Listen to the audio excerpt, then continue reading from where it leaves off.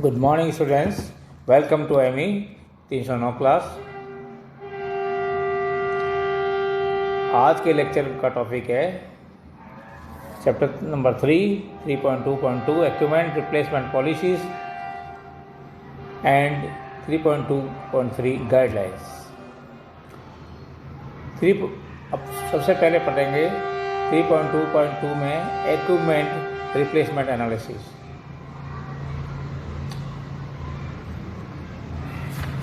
Sometimes a manufacturer has to face a very serious problem of replacing the equipment. This is a continuous process and therefore a set system for this must be evolved. The main consideration is when to replace, but this when requires many consideration to reach a suitable conclusion. Large number of factors are responsible for to replace the equipment before the expiry of estimated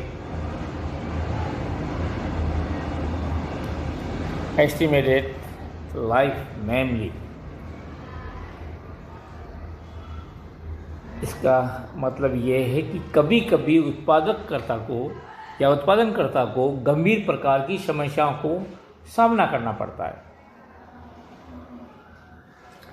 गंभीर प्रकार की समस्याओं का सामना करना पड़ता है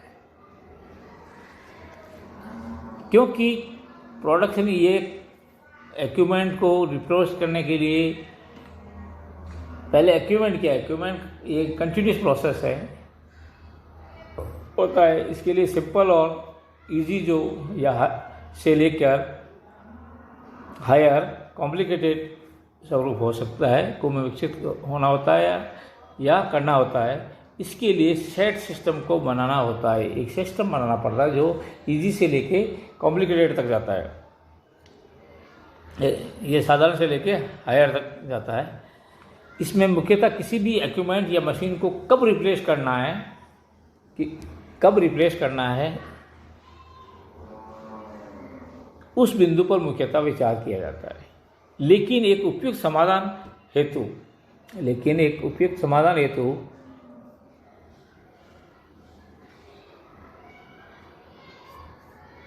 या निष्कर्ष हेतु बहुत सारे बिंदुओं पर विचार करना होता है।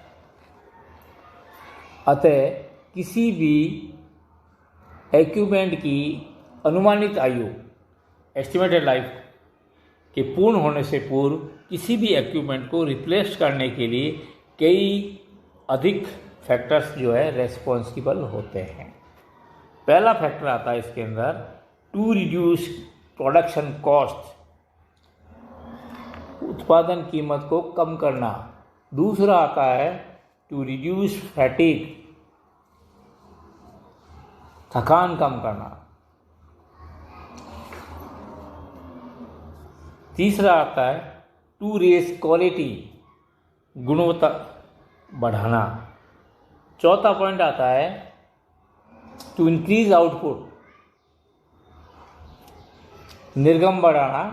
पांचवा आता है to secure greatest convenience, safety and reliability, सुविधा, सुरक्षा और विश्वसनीयता आदि को सुरक्षित करना।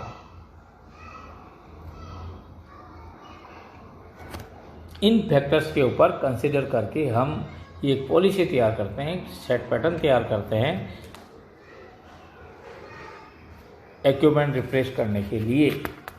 अब नेक्स्ट आता है इसके लिए आवश्यक गाइडलाइन कौन कौन सी होती है, अर्थात गाइडलाइंस फॉर रिप्लेसमेंट एनालिसिस कौन कौन सी होती है। उन गाइडलाइंस के अंदर कौन सी कंसिडर करनी चाहिए, कौन सी नहीं करनी चाहिए। पहला आता है ये बिंदु जो है वो फाइनेंशियल फैक्टर, मतलब आर्थिक रूप से गुणक है। There are certain rules which may be used as guidelines for replacement analysis, अर्थात पुनर्स्थापना विश्लेषण के लिए निम्नलिखित गाइडलाइंस को नियमित रूप से काम में ली जाती है या लेना चाहिए या कंसिडर की जाती है। पहली जो कंसिडर करनी है वो कौन कौन से फैक्टर है। किसी इक्विपमेंट या machine for equipments in use, जो काम में आ रहा है, प्रेजेंटली जो काम में लिए जा रहे उपस्कर के लिए है, उसकी ऑपरेटिंग कॉस्ट, कार्यकारी मूल्य क्या है, उसकी ऑपरेटिंग कॉस्ट क्या है। रिपेयर्स एंड मेंटेनेंस, मरम्मत एवं अनुरक्षण मूल्य कितना है। डाउन टाइम कॉस्ट, वो कितने धीमा कार्य करता है या शीतलता समय मूल्य। साल्वेज वैल्यू, निस्तारण मूल्य कितना है उसका। रीबिल्डिंग कॉस्ट, पुनर्निर्माण मूल्य कितना है। इन पॉइंटों को कंसिडर किया जाता है, इनको कंसिडर करना चाहिए। इस जो पॉइंट दिखाए हैं, पहला point operating cost, repair and maintenance cost, down time cost, salvage value and rebuilding cost. इन 5 बिंदुओं के अलावा जिनको नहीं कंसिडर करना वो है उसकी इक्विपमेंट की जो ओरिजिनल कॉस्ट है उसको कंसिडर नहीं किया जाता, नहीं करना चाहिए।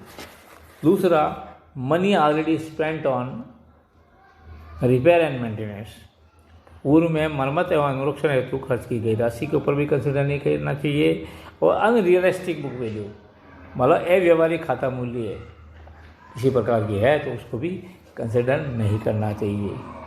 उन बिंदुओं को भी कंसिडर नहीं चाहिए। वापस डिस्कस कर लेते हैं। Original cost, money already spent on repair and maintenance and unrealistic book value. ये पहला पॉइंट था, जो पुराने काम में लिए जा रहे इक्विपमेंट के लिए कौन से पॉइंट कंसिडर करने हैं, कौन से नहीं कंसिडर करने हैं। अब नेक्स्ट आता है फॉर न्यू इक्विपमेंट्स, नए उपकरण के लिए किन किन बिंदुओं को पे विचार करना चाहिए। पहला विचार करने के लिए कंसिडर कर लेते हैं, फिर करेंगे कौन से करना चाहिए, कौन से नहीं करना चाहिए। पहले डू कंसिडर इनिशियल कॉस्ट, नए इक्विपमेंट की प्रारंभिक लागत क्या है, प्रारंभिक मूल्य क्या है। इंटरेस्ट ऑन कैपिटल इन्वेस्टमेंट, पूंजी निवेश पर इंटरेस्ट कितना होगा या ब्याज मूल्य, ब्याज दर कितनी है। तीसरा आता है साल्वेज वैल्यू, काम में ले eight the end of useful life, काम में लेने योग्य आयु के बाद उसकी निस्तारण कीमत कितनी होगी, ये पॉइंट कंसिडर करना पड़ता है। Cost advantages of improved product, सुधार किए गए उत्पाद की कीमत के लाभ।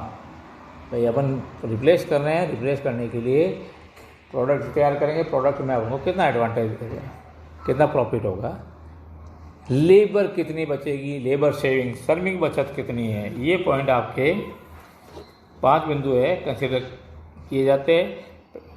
एक बार वापस रिपीट कर लें। Initial cost, interest on capital investment, salvage value at the end of useful life, then cost advantages of improved product और लेबर सेविंग।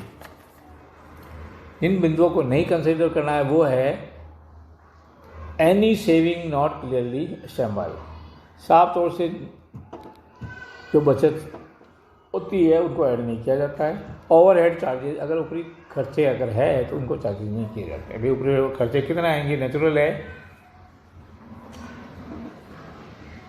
इसका बी पार्ट आता है, पहला था आपके इक्विपमेंट्स के लिए फाइनेंशियल फैक्टर कंसिडर किया था अपन ने। दूसरा टॉपिक है हम कंसिडर करेंगे तकनीकी गुणकों के बारे में। तकनीकी क्या क्या गुणक क्या क्या होना चाहिए। पहला है status of present equipment, whether it is worn out completely, मतलब वर्तमान में उपलब्ध उपकरण का स्तर कि ये पूर्णतः घिस चुका है या नहीं। दूसरा आता है whether the present equipments has become obsolete, क्या वर्तमान में ये अप्रचलित हो गया है, जो वर्तमान में उपलब्ध जो इक्विपमेंट है वो अप्रचलित हो गया है या ऑब्सोलीट हो गया है।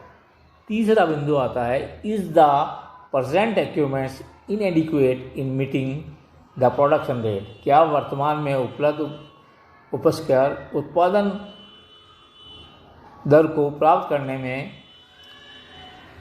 अपर्याप्त है। चौथा बिंदु आता है can the present equipments hold tight tolerance, या वर्तमान के उपकरणों द्वारा तंग सहनशीलता धारित कर सकता है, क्लोज टॉलरेंस प्राप्त कर सकता है।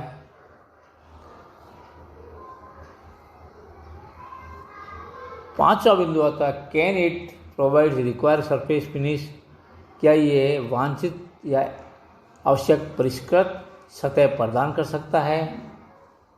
छठा आता है whether the new equipment is better from working condition point of view including noise and vibrations and it has lesser pollution, अर्थात क्या नया उपस्कार कार्य प्रणाली के अनुसार कम प्रदूषण शोर कंपन करता है, अर्थात इसकी कार्य करने की स्थिति बिना किसी व्यवधान या कंपन रहित कार्य करने की है। सातवां बिंदु आता है whether new equipments require less maintenance. सातवां बिंदु आता है क्या नए उपकरण को कम नुकसान की या रिपेयर की आवश्यकता होगी। ये 7 बिंदु जो है तकनीकी गणकों के रूप में किया जाता है। पहला स्टेटस वापस कैसे रिवाइज कर लेते हैं। पहला स्टेटस, प्रेजेंट इक्विपमेंट का स्टेटस देख लिया जाता है। फिर प्रेजेंट इक्विपमेंट्स के बारे में कि वो एब्सोल्यूट है वो कंसिडर कर लिया जाता है या इनएडुकेंसी के बारे में सोच लिया जाता है। तीसरा पॉइंट, चौथा पॉइंट जो है क्लोज टॉलरेंस नहीं दे रहा है, प्रेजेंट इक्विपमेंट्स क्लोज टॉलरेंस नहीं दे रहा है। पांचवा जो है ये सरफेस फिनिश नहीं दे रहा है। छठा जो है नए इक्विपमेंट के लिए कि नया जो इक्विपमेंट हम रिप्लेस करेंगे वो शोर युक्त, वाइब्रेशन रहित और पॉल्यूशन रहित होगा। छठा whether new equipment require less maintenance, मतलब छठे में लास्ट वाला जो पॉइंट है ये देखते हैं उसमें मेंटेनेंस की कम आवश्यकता होगी।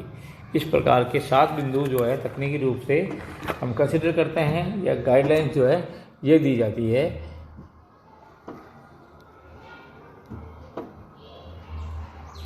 इंजीनियरिंग के आधार पे, इन गाइडलाइंस के आधार पे ही रिप्लेसमेंट इक्विपमेंट को रिप्लेस किया जाता है। Thank you very much.